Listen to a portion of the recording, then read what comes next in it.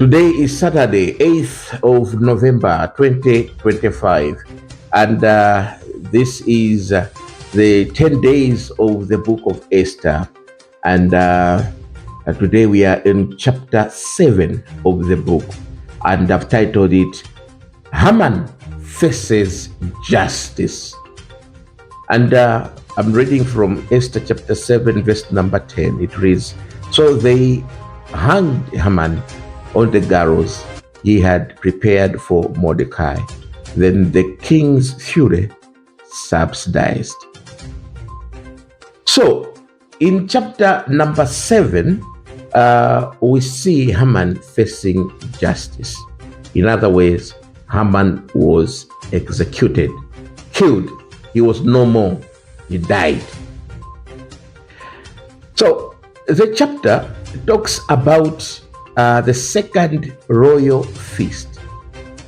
This time, Esther meets the king again, and the king extends the golden scepter, and she touches it, and the king makes the same proclamation to her. "Choose what you want me to do for you. I can give you even half of my kingdom."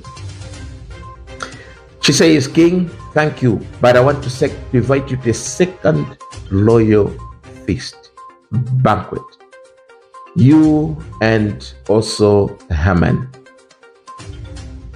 One thing that we need to understand is that Esther understood how the husband worked. We also see that as kings, they used to drink wine, and they would do, they are human beings who are prone to make also wrong decisions. Judgment would also be compromised. So she invites the king to a feast. And I know that as they eat and drink and wine, there will be time when the king will soften up. So the very reason why she is calling for these banquets is to look for a soft spot on the king in terms of his judgment and decision making. So as the banquet is called on, and the three are there,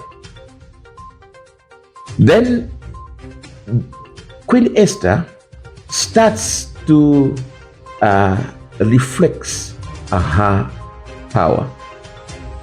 She starts to narrate the situation that she is in. And she, at that point in time, revealed to the king that there was a plan to kill all Jews, and that she was a Jew herself. Now, take note that this is the first time that Esther is revealing that she is a Jew. Mordecai had advised her right from chapter 1 to conceal her identity, and that worked out. So it is in chapter 7 that she reveals her true self. The king is amazed, but also Haman is surprised. And the king now becoming bitter because she knows that it's her wife who is targeted by Haman. And as the king is getting angry, this is also the time that the king rises up from his chair, going around with fury. But that is also the same time that Haman wants to apologize to the queen. As the king walks out of the room with fury, trying to bang things, the room is now the king, is now Haman and Queen Esther.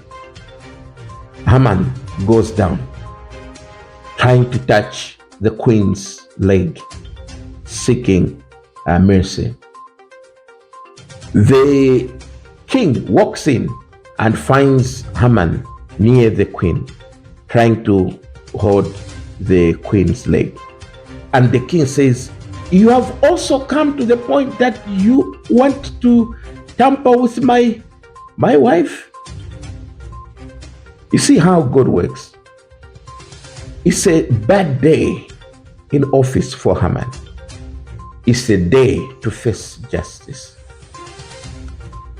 Oh, what Queen Esther wanted came into play. Remember, she's a smart planner woman.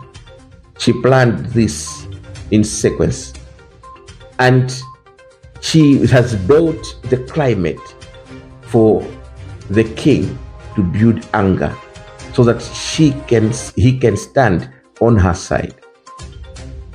At this time, the king is completely angry and says he must be hanged. So he orders his troops. They carry him to his home where there were gallows, and he was hanged on the same gallows that he had prepared to hang Mordecai. Here we see justice catching up with Haman. I have good news for you.